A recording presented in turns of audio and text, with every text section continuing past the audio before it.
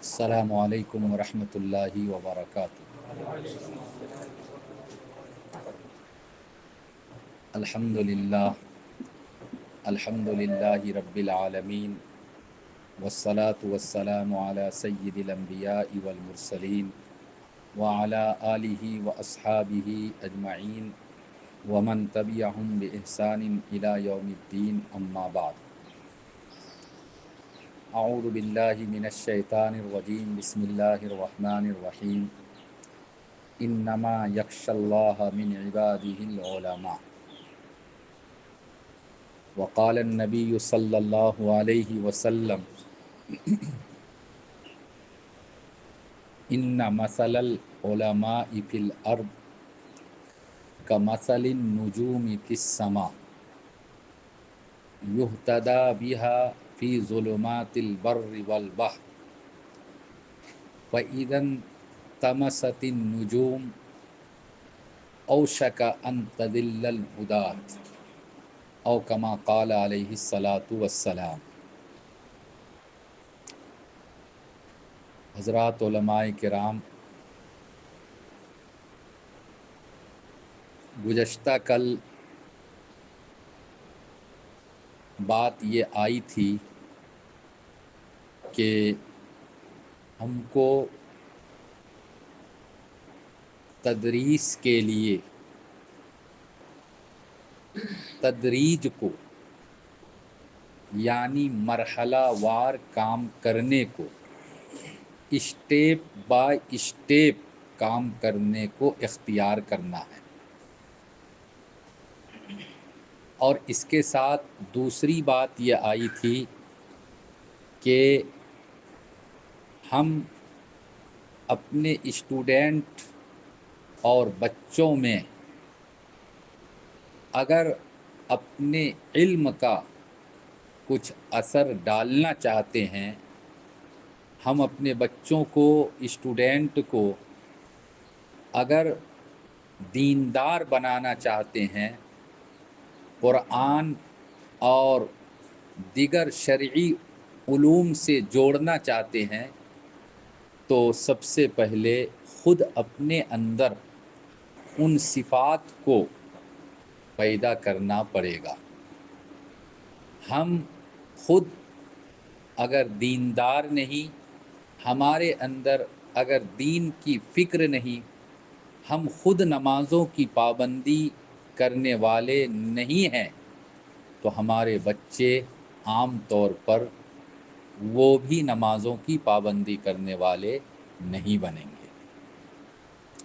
آج مجھے آپ حضرات کو جو بتلانا ہے وہ یہ ہے کہ اس وقت آپ کے سامنے کیسے کیسے چیلنجز ہیں۔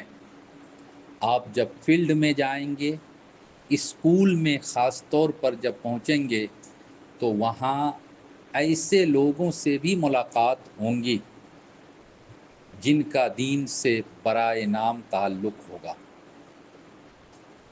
جن کے اندر دینداری یا تو نہیں ہوگی یا برائے نام ہوگی۔ الا ماشاء اللہ کچھ ایسے ٹیچرز، اساتذہ آپ کو ملیں گے جو الحمدللہ بڑے دیندار، پکے نمازی اور دین کا درد رکھنے والے ہیں۔ میں اس ٹاپک کو اور اس موضوع کو آپ حضرات کو اس طور پر سمجھانے کی کوشش کر رہا ہوں کہ میں نے آپ حضرات کے سامنے جو روایت پڑھی، جو حدیث پڑھی، ان مثل العلماء فی الارض کمثل النجوم فی السماء، کہ اس زمین پر علماء کی مثال بالکل ویسی ہی ہے جیسے آسمان میں ستارے۔ اللہ کے رسول صلی اللہ علیہ وسلم کا فرمان ہے کہ زمین میں علماء بالکل اسی طرح جس طرح آسمان میں ستارے ہیں۔ پھر اللہ کے رسول صلی اللہ علیہ وسلم نے ستارے کے ایک فائدے کو بیان کرتے ہوئے فرمایا کہ عام طور پر بحر و بر یعنی خشکی اور تری میں عموماً لوگ ستاروں سے منزل تک پہنچتے ہیں، راستے پاتے ہیں۔ یہ بالکل اسی طرح کی مثال ہے کہ اللہ کے رسول صلی اللہ علیہ وسلم نے اپنے صحابہ کرام رضی اللہ عنہم اجمعین کے بارے میں فرمایا تھا، اصحابی کالنجوم بأیہم اقتدیتم اہتدیتم، کہ میرے ستارے، میرے صحابہ ستاروں کے مانند ہے، جو میرے صحابہ کی پیروی کرے گا وہ منزل تک پہنچے گا۔ علماء کو اللہ کے رسول صلی اللہ علیہ وسلم نے ستاروں سے تشبیہ دی اور ستارے کا یہ فائدہ بتلایا۔ چنانچہ آج کل تو اب گوگل میپ آ گیا ہے، لیکن جب یہ میپ نہیں تھا اور آج بھی جہاں انٹرنیٹ، جہاں اس کی رسائی نہیں ہے، کام نہیں کرتا ہے، سمندر میں بڑے بڑے جہاز چلتے ہیں، تو وہ لوگ اپنی منزل تک کیسے پہنچتے ہیں؟ عام طور پر آسمان پر اگنے والے ستاروں کی روشنی اور اس کی رہنمائی میں، روشنی تو کم، رہنمائی میں۔ آپ صلی اللہ علیہ وسلم نے آگے فرمایا کہ جب ستارے ڈوب جاتے ہیں، جب ستارے چھپ جاتے ہیں تو اوشک ان تزل الہدات، کہیں ایسا نہ ہو جائے، قریب ہے کہ راستے بتانے والے وہ بھی راستے سے بھٹک جائیں۔ اس روایت میں اللہ کے رسول صلی اللہ علیہ وسلم نے علماء کو خاص طور پہ ستاروں سے تشبیہ دی ہے، اور جب ہم قرآن کو کھولتے ہیں تو اللہ رب العزت نے قرآن کریم میں ستاروں کے کم سے کم 3 فائدوں کو، 3 کام کو بیان کیا ہے۔ نمبر 1، وَزَيَّنَّا السَّمَاءَ الدُّنْيَا بِمَصَابِيحَ، اللہ نے فرمایا کہ ہم نے یہ جو سمائے دنیا ہے، دنیا سے سب سے قریب جو آسمان ہے، ہم نے اس آسمان کو مزین کیا، خوبصورت بنایا ان تاروں کے ذریعہ، ان ستاروں کے ذریعہ۔ نمبر 1، ستاروں کا دوسرا فائدہ قرآن میں اللہ نے بیان کیا، وَبِالنَّجْمِ هُمْ يَهْتَدُونَ، اور لوگ ستاروں سے راستہ پاتے ہیں۔ ستاروں کو دیکھ کر سمت کا انداز ہوتا ہے کہ ادھر پچھم ہے، ادھر پورب ہے، اور اس طرح سے سمت کا علم حاصل کر کے اپنی منزل تک پہنچتے ہیں۔ وَبِالنَّجْمِ هُمْ يَهْتَدُونَ۔ ستاروں کا تیسرا فائدہ اللہ تعالیٰ نے بیان فرمایا، رجوما للشیاطین، قرآن میں آیا رجوما للشیاطین، کہ یہ ستارے شیطانوں کے لیے کوڑے کا کام کرتے ہیں۔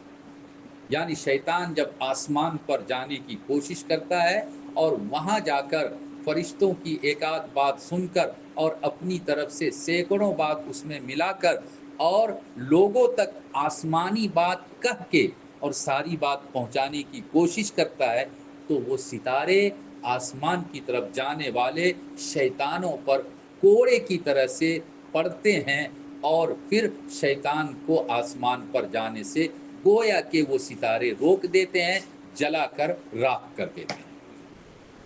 حضرات علماء کرام، ستاروں کے یہ 3 فائدے، اور اللہ کے رسول صلی اللہ علیہ وسلم نے علماء کو ستاروں سے تشبیہ دی ہے، اس کا مطلب ہے کہ علماء کے اندر بھی کم سے کم یہ 3 کام، علماء کے اندر بھی کم سے کم یہ 3 باتیں تو ضرور ہونی چاہیے۔ نمبر 1، وَزَيَّنَّا السَّمَاءَ الدُّنْيَا بِمَصَابِيحَ، ہم نے آسمان کو ستاروں کے ذریعہ خوبصورت بنایا، مزین کیا۔ اس کا مطلب یہ ہے کہ علماء کرام اخلاق حسنہ سے اپنے آپ کو آراستہ کریں اور اس کے بعد امت آپ کے ذریعہ رہنمائی حاصل کرے۔ علماء کرام کے اخلاق بڑے اچھے ہونے چاہیے، خلق حسن، خلق کریم، خلق عظیم۔ آپ سب نے پڑھا ہے انک لعلی خلق عظیم، اللہ نے اپنے نبی کے بارے میں فرمایا کہ آپ خلق عظیم پر فائز ہیں۔ جہاں یہ لفظ آپ کی کتابوں میں آیا تھا، یقیناً وہاں آپ کے اساتذہ نے یہ بتلایا ہوگا کہ خلق عظیم کا مطلب ہے سل من قطعک واعف عمن ظلمک واحسن الی من اساء الیک، کاٹنے والے کو جوڑو، اور سل من قطعک واعف عمن ظلمک، جو آپ پر ظلم کرے اس کو بھی معاف کرو، وَأَحْسِنْ إِلَىٰ مَنْ أَسَاءَ إِلَيْكَ، جو آپ کے ساتھ برائی کا معاملہ کرے آپ اس کے ساتھ بھی اچھائی کا معاملہ کیجیے۔ یہ ہے خلق عظیم۔ علماء کرام کے اخلاق بڑے اچھے ہونے چاہیے، چونکہ اللہ کے رسول صلی اللہ علیہ وسلم نے علماء کو ورثۃ الانبیاء بھی کہا۔ العلماء ورثۃ الانبیاء، علماء نبیوں کے وارث ہیں، اور ایک نبی مثال کے طور پر پیش نہیں کیے جا سکتے جن کے اخلاق گھٹیا تھے، جن کی عادتیں خراب تھی، اور جنہوں نے معاشرے کے اندر، سماج کے اندر کوئی خراب کام کیا ہو۔ بلکہ حضرات انبیاء کرام نے پتھر کھا کے بھی دعائیں دی، گالیاں سن کر بھی دعائیں دی۔ جب ہم نبیوں کے وارث ہیں تو ہم کو اسی طرح کے اخلاق سے اپنے آپ کو مزین کرنا پڑے گا، نمبر ایک۔ نمبر دو، وَبِالنَّجْمِ هُمْ يَهْتَدُونَ، ستاروں کے ذریعہ وہ منزل تک پہنچتے ہیں، راستہ پاتے ہیں۔ اس کا مطلب ہے کہ علماء کو اپنے اندر اتنی صلاحیت پیدا کرنی چاہیے، اور بات کرنے کا ایسا سلیقہ ہو، لوگوں کے ساتھ ملنے کا ایسا انداز ہو کہ لوگ آپ کے اخلاق سے، آپ کی گفتگو سے اور آپ کی ہر ادا سے متاثر ہو جائیں، اور آپ کو اپنے سر کا تاج بنا لیں، اور آپ کو اپنے سر کے اوپر بٹھا لیں، اور آپ کو اپنا رہنما تسلیم کر لیں۔ یہ کب ہوگا؟ جب آپ کے اندر خود علمی صلاحیت ہوگی، جب آپ کے اندر تسلق فی الدین ہوگا، مکمل دینداری ہوگی، مداہنت سے کام لیں گے کہ چلو یہ تو خلاف اولا ہی ہے، ہو جانے دو۔ اگر ایسا کریں گے تو پھر لوگ آپ کو اپنے سر کا تاج نہیں بنائیں گے۔ تو دوسرا کیا ہے کہ آپ کو مقتدی بننا ہے، آپ کا کام ہے پیشوائی کرنا، اور یہ کب ہو سکتا ہے؟ جب آپ اپنے اندر اچھے اخلاق، اچھی عادتوں کو پیدا کریں گے، اپنی صلاحیت کو اجاگر کریں گے، مضبوط اور پختہ صلاحیت اپنے اندر پیدا کریں گے، تو لوگ پھر آپ کو اپنا مقتدی اور رہنما تسلیم کریں گے۔ نمبر دو۔ نمبر تین، اصل جو آج کے موضوع سے متعلق ہے، رجوما للشیاطین، ستارے کا تیسرا کام ہے شیطانوں کے لیے کوڑا، شیطانوں کے لیے کوڑا۔ میں نے اس کی وضاحت بھی کر دی۔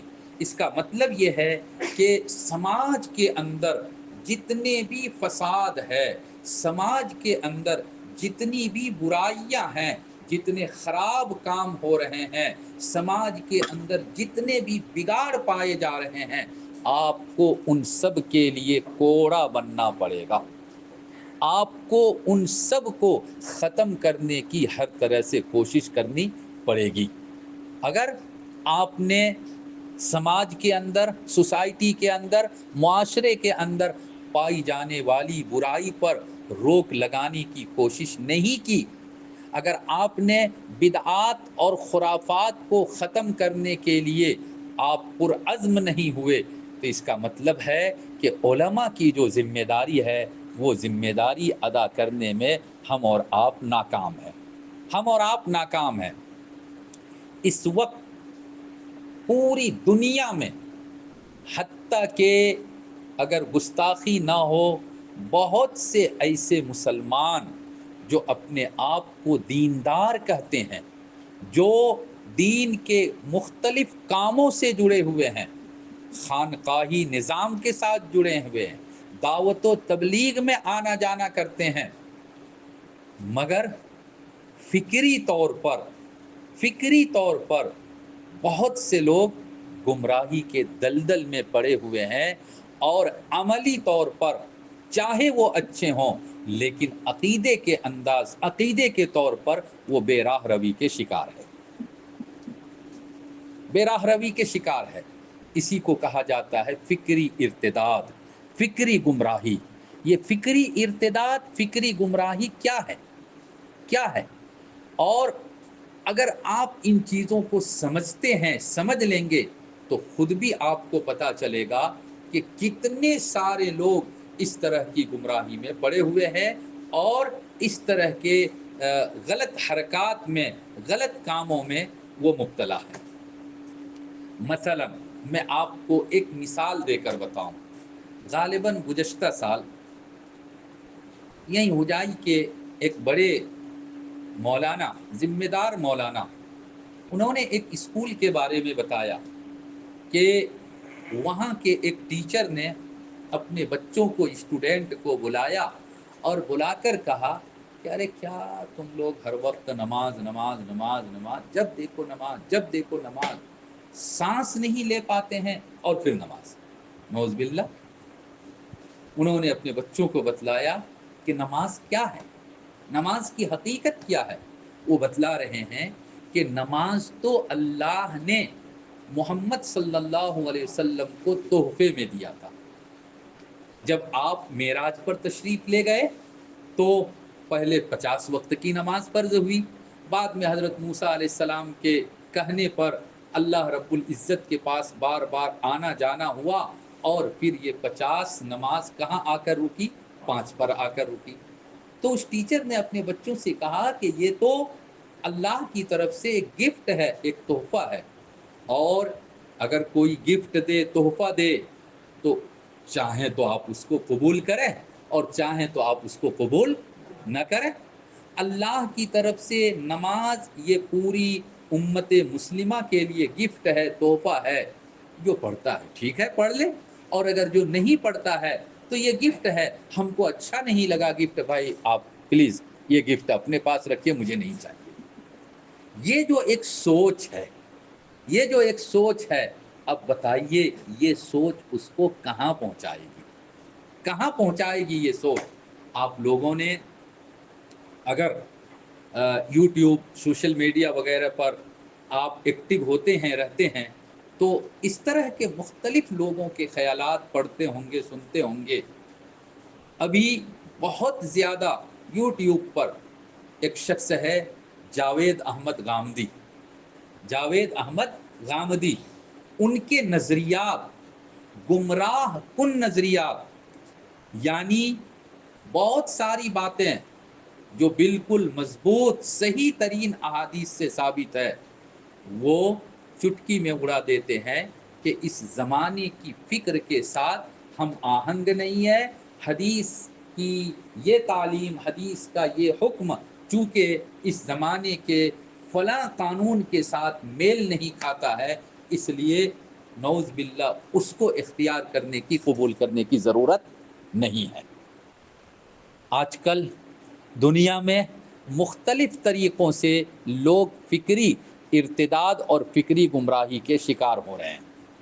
مثلا چند سال پہلے پڑوسی ملک میں عورتوں نے حجاب کے خلاف، پردے کے خلاف باضابطہ جلوس نکالا، اور انہوں نے سلوگان لگایا، نعرہ لگایا کہ میرا جسم میری مرضی، میرا جسم میری مرضی۔ اپنے دوپٹے کو اور سطر کو ڈھانپنے والے اپنے لباس کو انہوں نے اتار کر چھوٹا چھوٹا لباس پہن کے اور دنیا والوں کو یہ بتلانے کی کوشش کی کہ اگر اس زمانے میں ترقی چاہتے ہیں تو نقاب سے، حجاب سے نکلنا پڑے گا، باہر آنا پڑے گا۔ یہ ایک طرح کی، یہ بھی کیا ہے؟ فکری ارتداد، فکری گمراہی ہے۔ آپ لوگ جانتے ہیں کہ شریعت نام ہے دو چیزوں کے مجموعے کا، ایک اعمال اور ایک عقائد، ایک عمل اور ایک عقیدہ۔ عقائد کو اصول اور اعمال کو فروع کہا جاتا ہے۔ اصل ہے عقیدہ اور پھر اس کے تابع ہے عمل۔ آپ سب علماء ہیں، جانتے ہیں کہ ایک آدمی ہے، ایک انسان ہے، کلمہ گو ہے، وہ نماز کی فرضیت کا اقرار کرتا ہے، نماز کو فرض مانتا ہے، نماز کی فرضیت کا اعتقاد رکھتا ہے کہ ہمارے اوپر 5 وقت کی نماز فرض ہے۔ یہ الگ بات ہے کہ زندگی میں اس نے کبھی بھی نماز نہیں پڑھی، کبھی بھی نماز نہیں پڑھی، لیکن وہ نماز کو فرض مانتا ہے۔ جب آپ دارالافتاء میں ان کے بارے میں فتویٰ طلب کریں گے تو دارالافتاء سے آپ کو جواب ملے گا کہ وہ شخص فاسق و فاجر ہے، لیکن وہ مسلمان ہے، وہ خارج از اسلام نہیں ہے۔ اور ایک شخص ہے 5 وقت نماز پڑھتا ہے، تکبیر اولیٰ کے ساتھ نماز پڑھتا ہے، لیکن گھر میں کوئی کام نہیں، دوست احباب بھی نہیں، تو چلو مسجد ہی چلے جاتے ہیں، اور وہیں جا کر کچھ لوگوں سے اس بہانے سے ملاقات ہو جائے گی، فرض سمجھ کر وہ نماز ادا نہیں کرتے۔ وہ کہتے ہیں کہ نعوذ باللہ نماز فرض تو نہیں ہے، بس میں چلا جاتا ہوں، تھوڑی تفریح بھی ہو جاتی ہے، تھوڑا لوگوں سے ملاقات بھی ہو جاتی ہے، باقی نماز فرض نہیں ہے، چاہو تو پڑھو چاہو تو مت پڑھو۔ یعنی وہ نعوذ باللہ نماز کی فرضیت کا منکر ہے، اگرچہ وہ 5 وقت نماز پابندی سے پڑھتا ہے۔ جب اس کے بارے میں آپ دارالافتاء میں فتویٰ طلب کریں گے تو وہاں سے بلا شک و شبہ یہ فتویٰ آئے گا کہ چونکہ نماز اسلام کے بنیادی ارکان میں سے ایک اہم رکن ہے اور یہ شخص اس رکن کی فرضیت کا منکر ہے، لہذا یہ اسلام سے خارج ہے۔ یہ فتویٰ آئے گا یا نہیں آئے گا؟ اس کا مطلب یہ ہوا کہ صرف اعمال کو درست کر لینا، یہ مسلمان بن کر رہنا یا اپنے آپ کو یہ مسلمان کی جماعت میں رہنے کے لیے کافی نہیں ہے، بلکہ اعمال سے بڑھ کر عقائد ہے، اعمال بھی ضروری ہے، اور ان سے بڑھ کر عقائد کے اندر پختگی اپنے اندر پیدا کرنا ہی پڑے گا۔ آج عام طور پر ہوتا کیا ہے، ہم لوگ بہت سے مسلمان چونکہ دنیا کی رنگینیوں سے، دنیا کی تزئین کاری سے اتنا مرعوب ہوئے، یورپ کے وہاں کے حالات سے، وہاں کے طرز سے اور وہاں کے لائف اسٹائل سے اتنا متاثر ہوئے کہ انہوں نے یہ سمجھا کہ وہیں کی تہذیب ہمارے لیے ترقی کا ذریعہ ہے، ہمارے لیے کامیابی کا ذریعہ ہے۔ حالانکہ میرے پیارے بچوں اور حضرات علماء کرام، اگر آپ پڑھیں گے اپنے بڑوں کی کتاب اور جو عالمی شخصیت ہے ان کے بیانات کو سنیں گے تو آپ کو پتہ چلے گا کہ اس وقت تقریباً پورے یورپ میں جو لوگ دیندار ہیں وہی لوگ پرسکون زندگی گزار رہے ہیں، اور وہاں کی عورتیں اور وہاں کی لڑکیاں یہاں کی بہت ساری عورتوں اور لڑکیوں کے مقابلے میں زیادہ پردہ نشی ہے، شرعی حجاب میں وہ رہتی ہے۔ چنانچہ آج سے کئی سال پہلے میرے گھر میں دو لیڈیز آئی تھی، دونوں کے ہسبینڈ بھی تھے، دونوں اپر آسام کے تھے، ایک تو یہیں رہتے ہیں اور ایک صاحب وہ یو کے میں رہتے تھے، دونوں کی فیملی تھی۔ تو لیڈیز میرے روم پہ اور جو ہمارے معزز مہمان تھے جینٹس تھے وہ مہمان خانے میں۔ لیڈیز کو کچھ مسئلے وغیرہ معلوم کرنا تھا تو مجھ سے بھی ملنا تھا، میں گیا۔ میں نے دیکھا کہ ان میں سے ایک بالکل مکمل اسلامی لباس کا مطلب پورا ہاتھ ڈھکا ہوا ہے، ہتھیلی کو چھوڑ کر پیر بھی پورا ڈھکا ہوا ہے، اور سر پر حجاب ہے، اور ایک عورت ہے کہ جس نے ساڑی اور بالکل چھوٹا سا بلاؤز پہن رکھا ہے اور سر بالکل کھلا ہوا ہے۔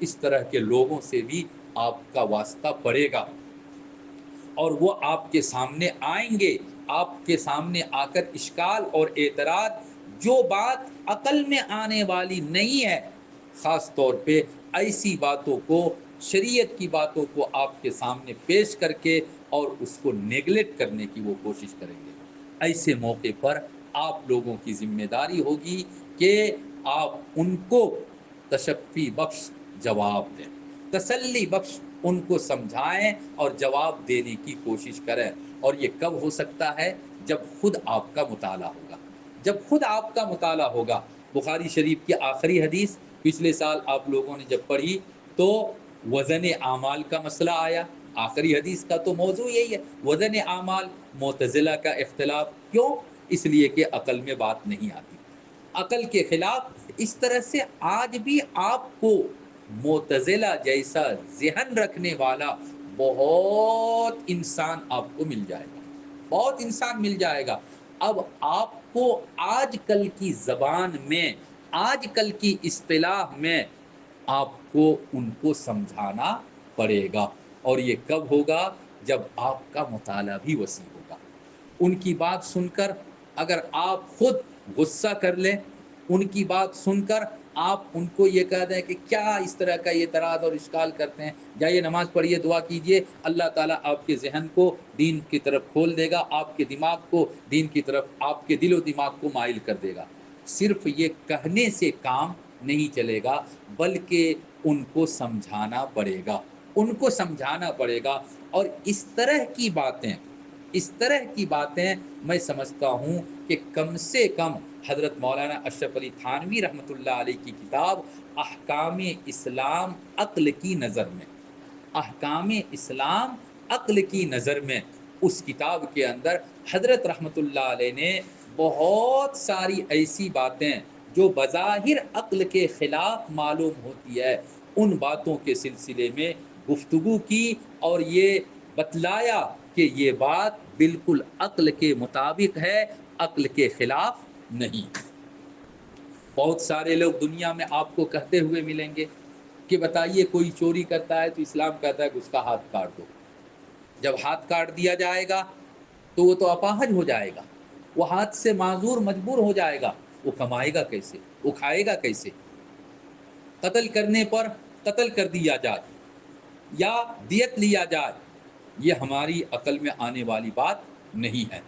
یعنی اسلامی احکام کو عقل کے ترازو پر تولنے والے لوگ عام طور پر دین سے دور ہو جاتے ہیں، آہستہ آہستہ آہستہ آہستہ آہستہ ان کے اندر گمراہی آتی ہے، پیدا ہوتی ہے، اور ایک وقت ایسا آتا ہے کہ نام کے واسطے وہ مسلمان رہتے ہیں اور عقیدے کے اعتبار سے وہ بالکل اسلام سے خارج ہو چکے ہوتے ہیں۔ اس لیے آپ حضرات کو اپنے آپ کو تیار بھی کرنا پڑے گا۔ مطالعے کا سلسلہ کبھی بھی بند مت کیجیے، کبھی بھی بند مت کیجیے، چاہے روزانہ 5 منٹ ہی کیوں نہ ہو۔ حضرت مولانا تقی عثمانی صاحب دامت برکاتہ ان کی بات بتا کر میں اپنی بات ختم کر دوں۔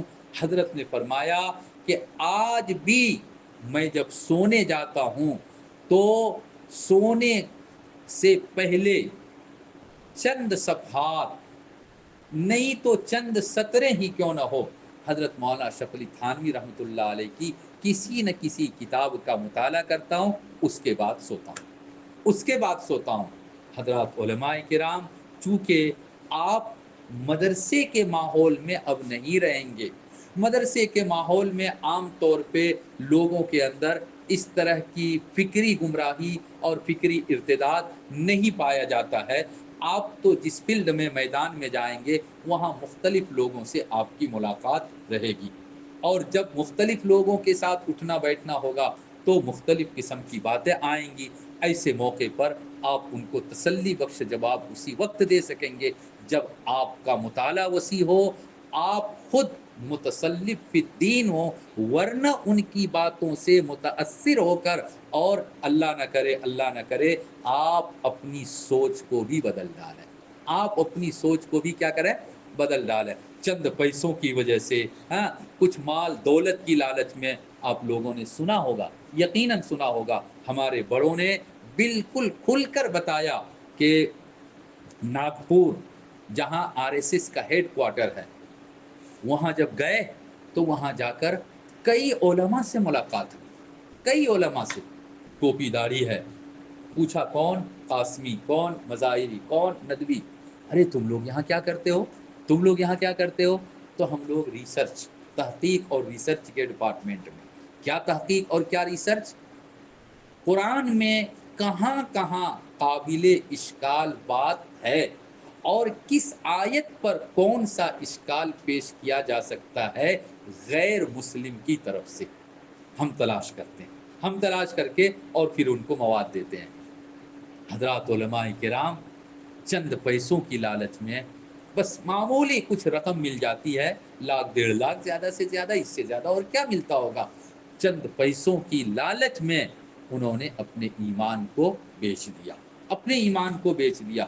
اس لیے اپنے آپ کو بالکل ہر طرح کی گمراہی سے، عملی، اعتقادی، فکری، ہر طرح کی گمراہی سے بچا کر رکھنا ہے. اور جو لوگ اس طرح کی گمراہی میں نعوذ باللہ کسی نہ کسی طرح سے مبتلا ہے، ہم ان کی صحیح رہنمائی کریں، صحیح رہنمائی کی کوشش کریں. خدا نخواستہ اگر آپ ان کو خاموش نہیں کر پائیں، تسلی بخش جواب نہ دے سکیں، تو آپ اپنے بڑوں سے رابطہ کریں. ہر کوئی جس استاذ کے ساتھ طالب علمی کے زمانے میں آپ کا تعلق رہا، جب آپ ٹیچر بن جائیں، استاذ بن جائیں، اپنے کسی نہ کسی اچھی صلاحیت والے استاذ کے ساتھ ہمیشہ تعلق رکھیے. اور اس طرح کی کوئی بات اگر آپ کے سامنے آ جائے تو اپنے استاذ سے رہنمائی لے کر اور ان کو جواب دینے کی کوشش کیجیے. اللہ تبارک و تعالی ہم سب کو، پوری امت کو، اور خاص طور پہ تمام علماء کرام کو اپنی ذمہ داری سمجھنے کی اور اس کے مطابق زندگی گزارنے کی توفیق عطا فرمائے. وآخر دعوانا ان الحمد للہ رب العالمین.